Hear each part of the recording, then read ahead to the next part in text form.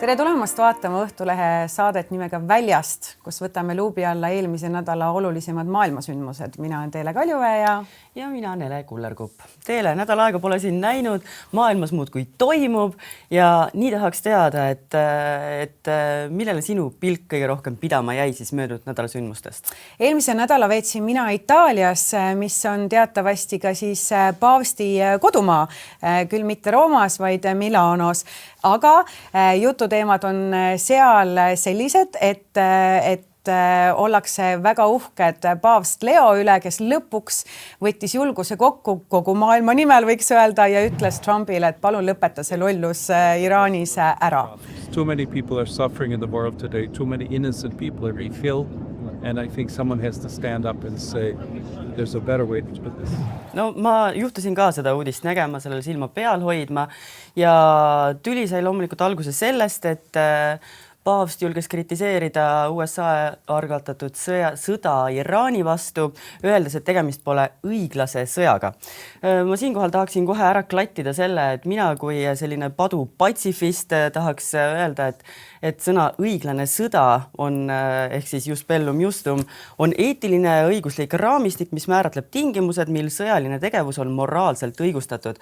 Patsifistina ma tahaksin siiski öelda, et ma ei leia mitte üheski olukorras, et tapmine, näiteks tapmise lõpetamiseks, oleks kuidagi õigustatud, et ma arvan, et tegemist on sellise äraspidisel loogikaga ja mis puudutab nüüd seda Trumpi ja paavsti tüli, siis ma tahaksin öelda, et tuleb välja, et maailmas ikkagi on keegi, kes on paavstist paavstim ja see on USA riigipea.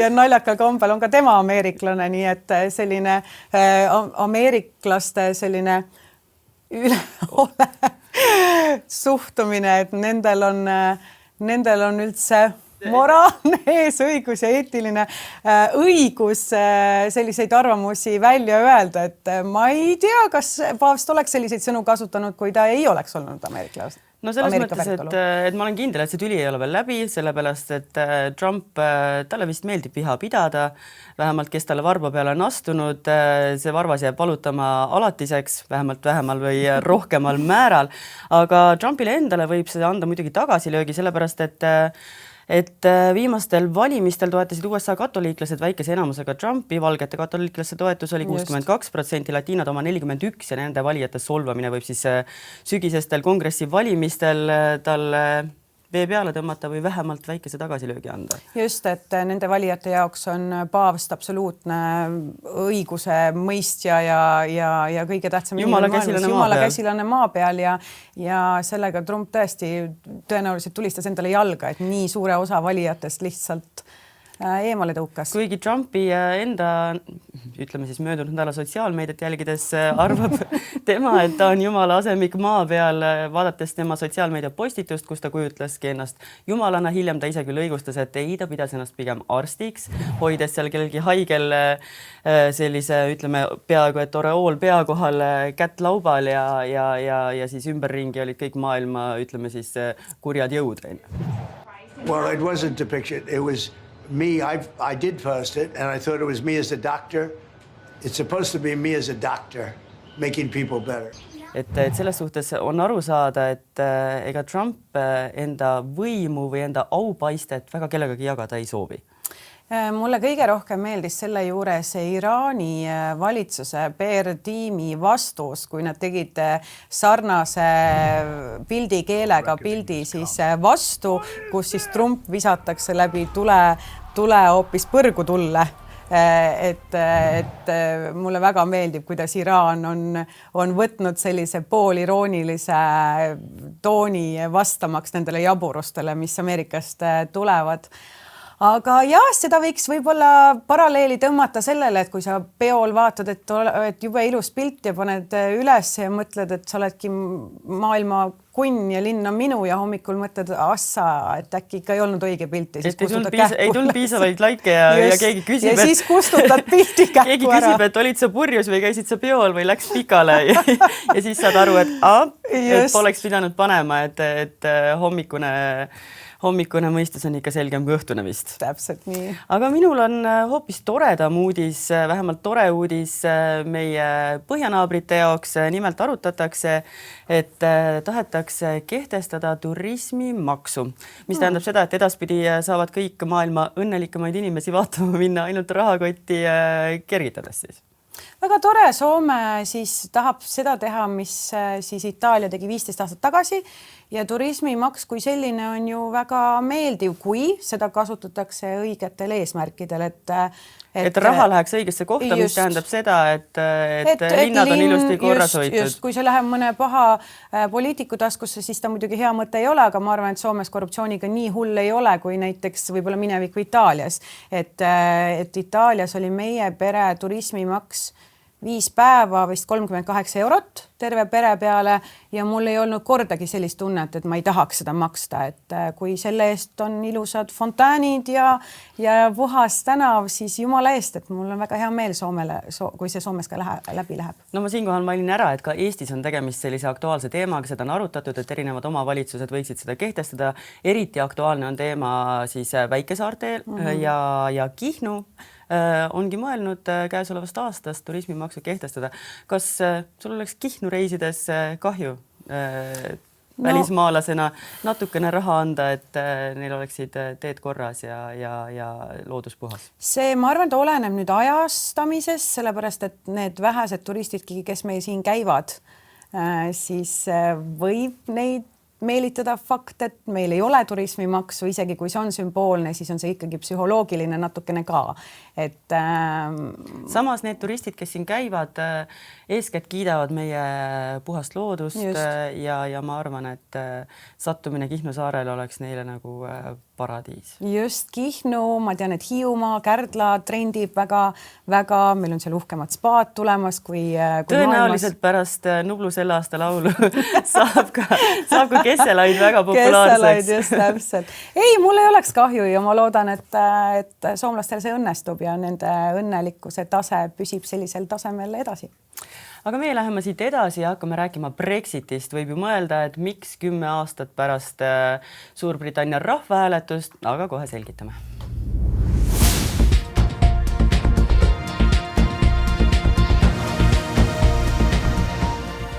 Kümme aastat on möödas sellest, kui Suurbritannia otsustas rahvahääletusega, et soovib lahkuda Euroopa Liidust.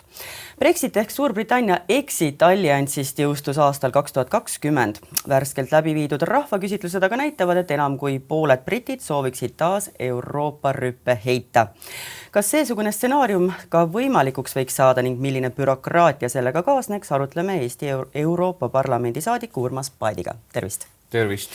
No David Cameroni valimislubadus oli see, et kui te valite siis Suurbritannia iseseisvusparteid ehk UKIP-it, siis viime teid Euroopa Liidust välja, saame enda õiguse tagasi, saame enda rahvauhkuse tagasi ja tõenäoliselt temale endalegi väga ootamatult see Brexit ka läbi läks. On nii, et mis on pärast seda muutunud teie hinnangul? Minu hinnangul nagu suurt paremaks ei ole midagi muutunud, et kui vaadata neid lubadusi, mida siis Briti rahvale rääkisid need, kes toetasid Euroopa Liidust lahkumist, siis ega nendest lubadustest paljud ei ole täitunud. Riigis hüppeliselt midagi suurt paremaks ei ole läinud ja kui vaadata ka pilti ümber Euroopa, et siis see väline ebastabiilsus, mida küll viimasel aastal on ennekõike ka brittide pikaajaline ja meie kõigi pikaajaline liitlane Ameerika Ühendriigid korraldanud, siis ka see on sellist ebakindlust Suurbritannias selgelt suurendanud, ehk inimesed ikkagi tunnetavad, et peale NATO võiks olla veel midagi, kus on teised samalaadsed riigid koos ja kelle peale siis võiks ka kindel olla. Nii et eks ka see tänane olukord, kus avaliku arvamuse küsitluste järgi kui täna toimuks referendum, siis eeldatavalt see enam sellist tulemust ei annaks, on põhjustatud kahest asjast ongi, et need suured lubadused ja lootused, et hüppeliselt läheb kõigil elu paremaks Suurbritannias, et see pole täitunud ja teiseks kogu see väline keskkond on oluliselt selliseks hapramaks ja ebastabiilsemaks muutunud. Teie istusite aastaid brittidega parlamendis, Euroopa Parlamendis koos. Mis juhtus praktiliselt peale seda, kui nad lahkusid? Kas vestlused muutusid, toon muutus, koridorid jäid vaiksemaks? Toon oli muutunud vist juba vahetult enne seda, kui lahkuti, see oli ka üks argumentidest, et meiega räägitakse ülevalt alla. Toon muutus seal mitu korda ja eks ülevalt alla ma arvan, et see on väga individuaalne, kes kuidas tunnetab ja kes võib-olla ka kuidas rääkis ja mis muljed kellelgi olid, aga toon muutus ka enne juba, ütleme, et toon muutus sellest hetkest, kui see otsus tehti Suurbritannias, sest selle hetkeni, kui tegelikult näiteks need saadikud lahkusid Euroopa Parlamendist ja üldse Suurbritannia lahkus, läks ju veel aega.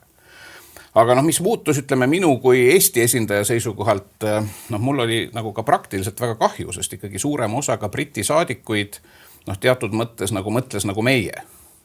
Et kui vaadata kas või neid samu julgeoleku ja kaitse asju, et siis juba tol ajal, kui olid näiteks Euroopa Liiduga lahingrühmad ehk sõjaväelased tegutsesid koos, siis britid olid ikkagi väga otseselt ka geograafiliselt siin meie Põhjala ja Balti piirkonna liitlased. Ehk siis sarnane väärtusruum oli meil. Jah, ütleme jah, et ega siis midagi ei ole teha. Kultuuriline taust ka Euroopas erinevates riikides on erinev, nii et selles mõttes britid kindlasti olid meile suhteliselt lähedased ka üldse asjaajamisel, ükskõik mis teemadel. Ja teine, mis seal muidugi ju tekkis kohe nagu suur draama, oli see, et aga mis keeles me siis edaspidi räägime, sest teatavasti Euroopa Liidu ametlikud keeled on need keeled, mis on riikides riigikeeled ja iga riik saab ühe keele välja käia, nii et esimese hooga, kui britid lahkusid, tekkis mure, et kas inglise keeles üldse enam võib suhelda. Sest Malta, kus ka inglise keelt räägitakse, ütles ei, et nende keel on malta keel ja iirlased ütlesid, et nende keel on iiri keel ja aga siis üks mingisugune juriidiline finess ikkagi leiti, nii et sellest ehmatusest saadi üle, kuigi prantslased olid juba väga nagu nii-öelda õhku täis, et nüüd ongi kõik käib end prantsuse keeles edaspidi. Te ütlesite, et kui praegu toimuks see referendum, siis tõenäoliselt oleks tulemus teine. Aga kas see võib lihtsalt peegeldada sellist inimnatuuri, et kui sul endal läheb parasjagu, ütleme, oma äriga kehvasti, elus on midagi halvasti, siis varem sai süüdistada selles Euroopa Liitu, et me kuuleme Euroopa Liitu, poliitikud räägivad, et nemad on kõiges süüdi, aga nüüd seda Euroopa Liitu, keda süüdistada ei ole, nüüd tuleb süüdistada. Euroopa Liit on ju alles ja teda saab ikka süüdistada. Suurbritannia mitte, sellepärast, et nemad saavad nüüd otse süüdistada enda valitsust ja võib-olla sellepärast on hetkel see rahulolematuse kese, ütleme siis kaldunud kuskile mujale, et öeldakse, et aga läheme siis liitu tagasi, sellepärast, et praegune olukord ka ei toimi. Ma arvan, et see ongi väga selline kirjupilt, eks ole, miks ühe või teise inimese jaoks näiteks tema hoiak, mis tal oli mõni aasta tagasi võib-olla muutunud. Aga need kaks peapõhjust ma nimetasin ära, et selline üldine muster on ikkagi see, et seesama välisfaktor mõjutab täna väga palju ka neid Euroopa riike teisi, kes ei ole Euroopa Liidus. Kui me vaatame näiteks Põhjamaadest Norrat või Islandit või ka Gröönimaad, eks ole, et ka seal on nagu hüppeliselt kasvanud nende inimeste arv, kes leiavad, et tuleks ikkagi alustada ka Euroopa Liiduga liitumiskõnelusi. Ja peamine faktor on see väline. Just see sama, et on nagu ebakindlus julgeoleku asjades, ühelt poolt, eks ole, Venemaa koos oma sõjaga Ukrainas ja hübriidsõjaga kogu Euroopa vastu. Ja teiselt poolt siis Ameerika Ühendriikide ja Trumpi poliitika, mis on ju ka suisa vähemalt retoorikas olnud suunatud ka oma liitlaste vastu, näiteks see sama Gröönimaa juhtum. Ja eks see mõjutab Suurbritanniat ka, sest kas või ka viimastel nädalatel, kui te vaatate ka see retoorika, mis Washingtonist tuleb ka nii-öelda Londoni ja Suurbritannia aadressil, ega see ei ole sõbralik. See on retoorikas ikkagi pigem kuri. Nii et ka selline väline ebastabiilsus on kindlasti üks faktor. Aga teine pool on jah see, et loodeti, et majandus nüüd hüppeliselt kasvab Suurbritannias, kui nad justkui saavad kõike nii-öelda ise otsustada, aga reaalsus oli teistsugune. Tolliliit ja ühtne turg on kindlasti see, mida praegu hirmsasti seal igatsetakse. Rahandusministri sõnul on Brexit majandusele maksma läinud 8% SKP-st, kuid skeptikute hinnangul tooks asjade tagasipööramine vaid 1% majanduskasvu. Olete te sellega päri? Seda on, need on kõik ju ennustused ja spekulatsioonid, et kõiki tulevikku suunatud neid numbrilisi näiteid, me oleme ju küll ja küll näinud, kuidas need prognoosid võivad muutuda väga kiiresti, et näiteks see sama praegu Hormuzi väina ümber toimuv ja kütusehindade hüppeline kallinemine, seda keegi ju ette ei näinud, seda pole keegi prognoosinud, aga selge, et see mõjub kõikidele halvasti. Aga spekuleerime natukene, kui peaks tulema uus referendum, kui riigis soovitakse väga Euroopa Liiduga liituda ja tehakse selline otsus, et proovime nüüd uuesti kõnelustele pääseda, tahaks väga olla osa alliansist, siis kui keeruliseks see bürokraatia osutuks, et kui tõenäoline on, et neid jutule võetakse, et kas Euroopa Liit tõenäoliselt igatseb ka seda 5%, mida siis britid sinna eelarvesse tõid? ma arvan, et muidugi enamik täna neid inimesi ka kõigis Euroopa Liidu olemasolevates Euroopa Liidu riikides tegelikult ju tahaksid näha, et Suurbritannia tuleks tagasi, sest ta on ikkagi suur riik Euroopa mõttes, just selle samaga julgeoleku ja kaitse aspektist on üks 2 Euroopa riiki, kellel on tuumarelv näiteks lisaks Prantsusmaale, nii et ka see mängib järjest tähtsamat rolli ja muidugi kogu see majanduslik aspekt ka, et ühisturu suurus ja võimekus.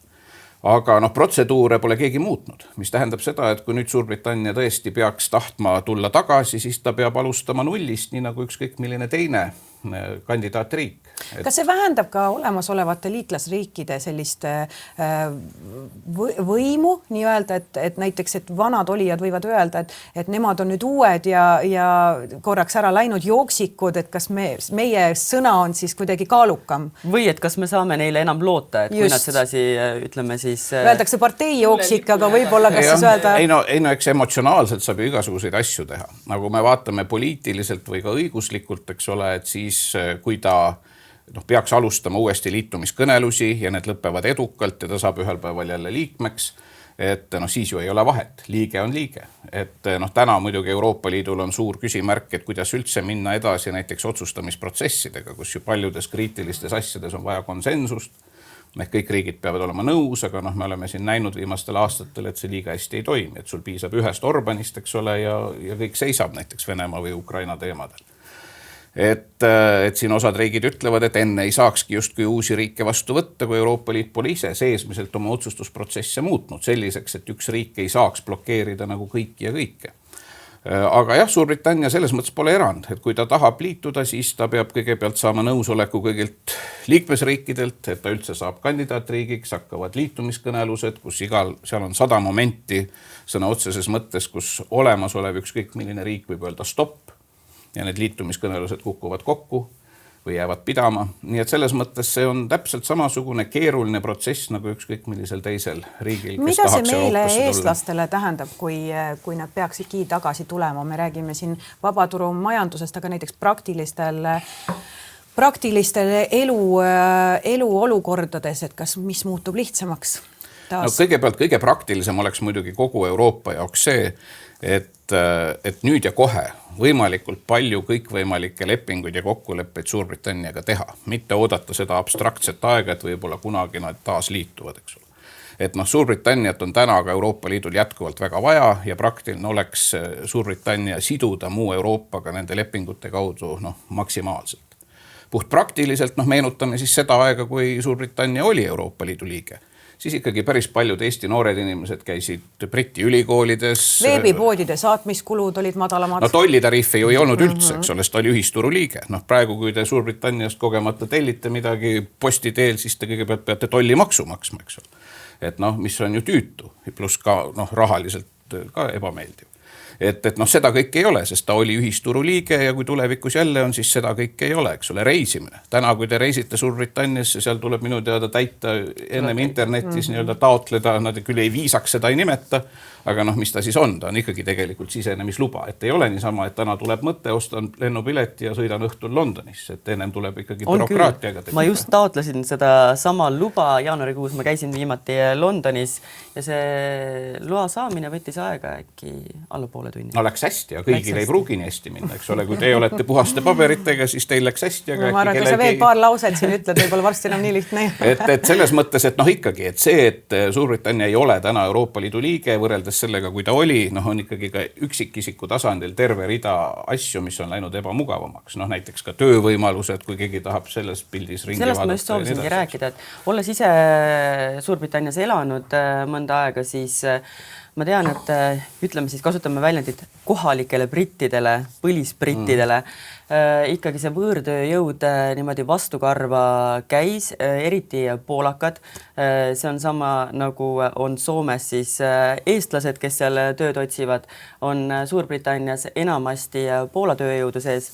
Ja inimesed, kes Brexiti poolt hääletasidki tihtilugu just nimelt seepärast, et sellest võõrtööjõust, sellest odavast võõrtööjõust lahti saada ja tõenäoliselt tõepoolest, et kui Suurbritannia peaks uuesti Euroopa Liiduga liituma, siis see sama teema kerkib taas, ütleme, fookusesse.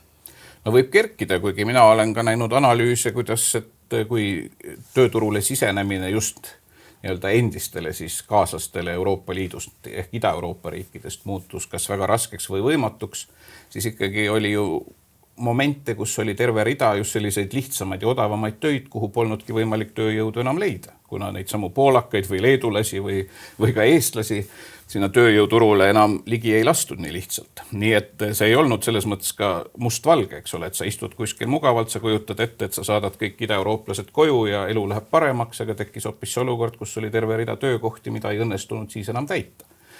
Ja noh, ka kogu see Brexiti kampaania selles mõttes ei olnud väga kena, eks ole, et see oli ju suunatud just ütleme meie kandi rahva vastu paljuski, sest noh, kui jutt on ka näiteks võõrtööjõus Suurbritannia puhul, siis ega see ei puudutanud nii-öelda Briti impeeriumi alasid endisi, mis on üle kogu maailma, vaid see puudutas spetsiifiliselt Euroopa Liidu just neid siis idapoolseid nagu riike. Aga noh, ega siis me keegi ei tea, mis tulevik toob, aga iseenesest muidugi Euroopa Liidus valitseb tööjõu vaba liikumine, nii et kui nad peaksid tulema tagasi kunagi, noh siis kindlasti selleks ajaks muidugi ka see tööjõu olukord üle Euroopa on muutunud. Nii et ka seda peab silmas pidama, et jätkata sellest punktist, kust lahku mindi, noh see igal juhul ei ole enam võimalik. Ja noh, kui vaadata ka võib-olla neid veel korra Brexiti tulemusi selles mõttes lähemalt, kes kuidas hääletas, noh siis eks ole ka olid ju suured erinevused riigi sees. Põlvkondade vahelised. Mitte ainult ka geograafiliselt, näiteks Šotimaa, eks ole, ju suure enamikuga ei soovinud lahkuda, nii et nad on olnud ju pahased siiamaani, et noh, nad justkui vägisi viidi Euroopa Liidust välja, kuigi nad seda ei tahtnud, nende inimesed seal piirkonnas. London loomulikult samamoodi, sellepärast, et seal on väga palju ja noh, oligi, aga valimistulemus tollal oli ju see, et suuremad linnad ja noored inimesed ei tahtnud Euroopa Liidust ära minna, aga noh, neil oli ka see lugu, nagu noorte inimestega kipub olema valimistel, et noh, et mingi seisukoht küll on, aga valimispäev või see referendumipäev seal kätte jõudis, siis ei viitsitud välja minna, eks ole. Et see osalus noorte seas ja just linna noorte seas oli väga madal ja võibki öelda, et noh, kui nad oleks viitsinud ennast rohkem välja ajada, siis suure tõenäosusega oleks selle referendumi tulemus olnud teine. Soome president Alexander Stubb on öelnud väga terava väljendi jaanuarikuises kõnes, kus ta ütles, et Brexit pole mitte ainult jalga tulistamine, vaid jala amputeerimine ilma meditsiinilise põhjuseta. Et ta on oma väljaütlemistes üsna otse, et kas me oleme nõus? Mina olen nõus, jah. Et selles mõttes ega tõesti, kui objektiivselt ju vaadata, et ei olnud, noh, mida on eluga nüüd näidanud. Et ei olnud nagu ühtegi sellist põhjust, mida totaalselt Euroopa Liidust lahkumine oleks Suurbritannia jaoks paremaks teinud. Pigem on terve rida asju, mis muutsid siit või sealt asja kehvemaks. Nii et noh, võib öelda, et siiski palju selles kampaanias tollal oli bluffi. Just mis puudutas nagu praktilisi asju, mis kõik üle öö, eks ole, muutub brittidele paremaks.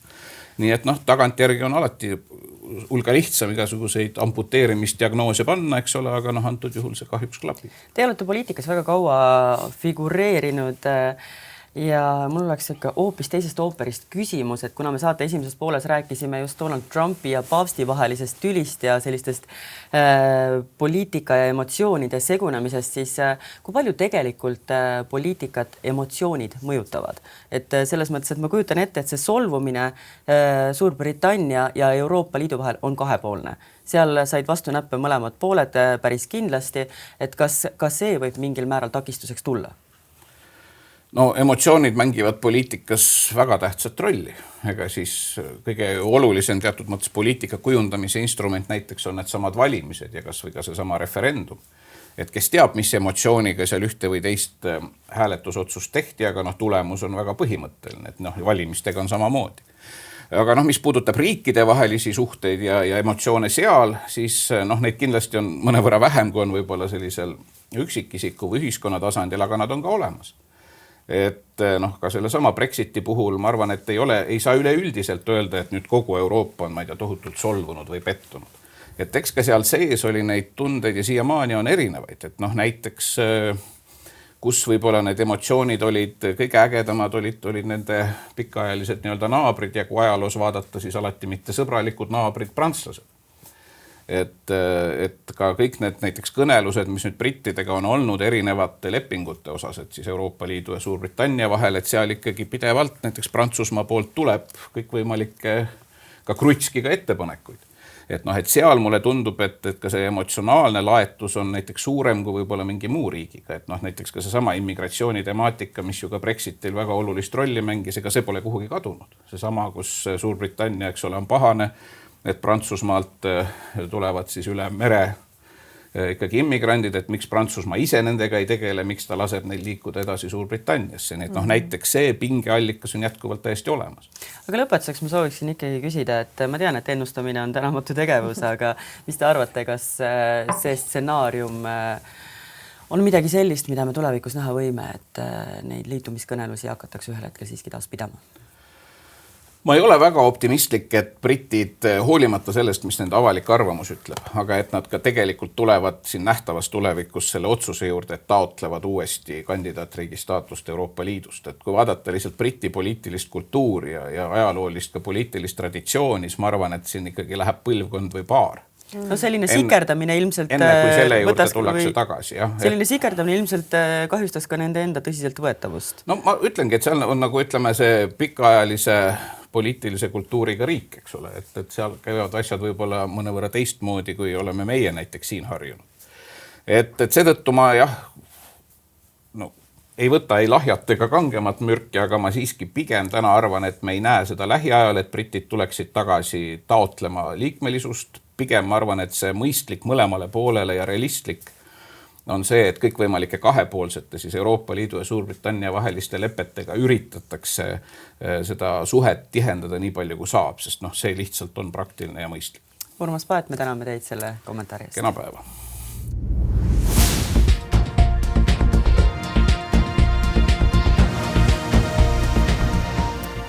Nüüd aga soovitaks kõikidel loomasõpradel kõrvad kinni panna, sellepärast, et meie saate viimane uudis tuleb Kolumbiast ja see ei ole üldsegi mitte rõõmustav.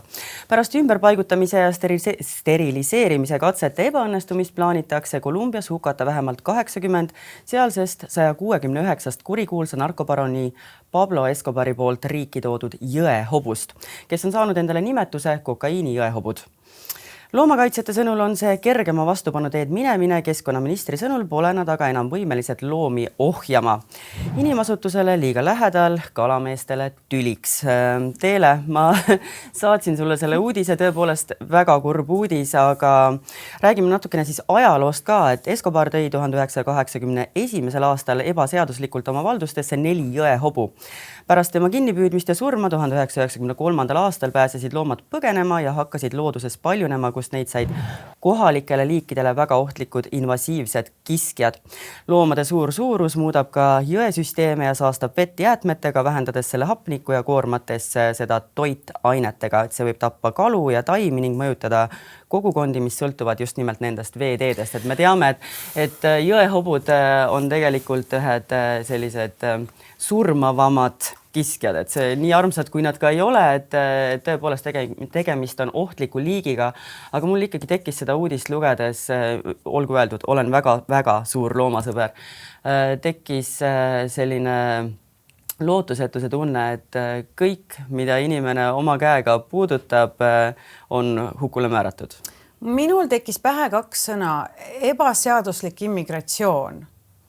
Kas see on minust väga meelevaldne öelda, et ka inimene on ju loomaliik ja no kui ei ole õige keskkond, miks on vaja tuua siis, kas ainult meele heaks siis, et tuua nagu liigirikkust oma villasse või silmailu, no ei ole õige. No, ja see reostamine, see on ju ka väga selgelt öeldi välja, et nad reostavad jõgesid, roojates sinna.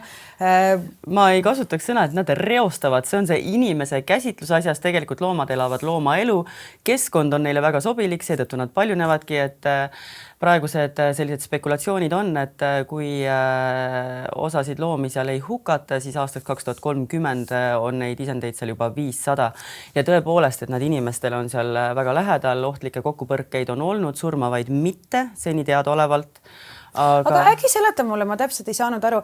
Olen kuulnud väljendist nagu narkomuul, aga narkojõehobu, kes see on? Lihtsalt Pablo Escobari nii-öelda lapsed siis, et kuna okay, seal ei olnud mingisuguseid kokaiinipakke, mida nad viisid üle piiri. Lihtsalt see on selline inimedevus, et mina saan, mina võin, mina elan uhkemalt kui keegi teine. No need on näiteks slaavi kultuuris need lõvikujud igal pool trepiastmetel ja siis Pablo Escobaril on oma jõehobud, aga neid jõehobusid on nüüd oodatust tõepoolest rohkem ja vaadates neid erinevaid videopilte, siis on näha, kuidas nad seal, inimesed neid seal küla vahelt minema ajavad ja on tõepoolest probleem ja ma arvaksin, et see probleem on suurem loomadele endale, sellepärast et nagu ma ütlesin, loomad elavad loomaelu, inimesed lihtsalt ei mahu nendega koos elama. Sa ütlesid 400–500. No 4 sai asi alguse. Väga kiire tempo. Hetkel on neid umbes 169, kellest 80 soovitakse hukata, et seal viidi läbi ka selline steriliseerimine. Kas neid eskortida ei saa tagasi oma kodumaale? Ei saa. Riigist välja saata. Aga seda arutati. Loomakaitsjad ongi öelnud, et see on lihtsalt see hukkamine on kergema vastupanu teed minemine, mida ta võib-olla mingil määral ka on, aga siinkohal meile meenub ju see vaene Euroopa vetesse kinni jäänud vaal, keda üritati ka aidata, aga lõpuks otsustati, et laseme ta seal lihtsalt surra, et süda murdub. Väga kurb. No äkki Eesti Loomaaed ulatab abikäe ja meie võtaksime küll hea meelega nad vastu. Palju? No meie loomaaed vireleb, ma saan aru, et meie sellepärast, et kunagi Itaalia peaminister Berlusconi ütles, et võtame need ilusamad immigrandid, võtame vastu, aga need haigemaid neid ei võta, siis me võime võtta need jõehobusid siis. No kõik need jõehobud on ilusad, arvan mina, et igatahes kurb uudis, saate lõppu, vabandan, armsad vaatajad, aga sellega me tänase saate lõpetame ning ootame teid tagasi juba nädala pärast.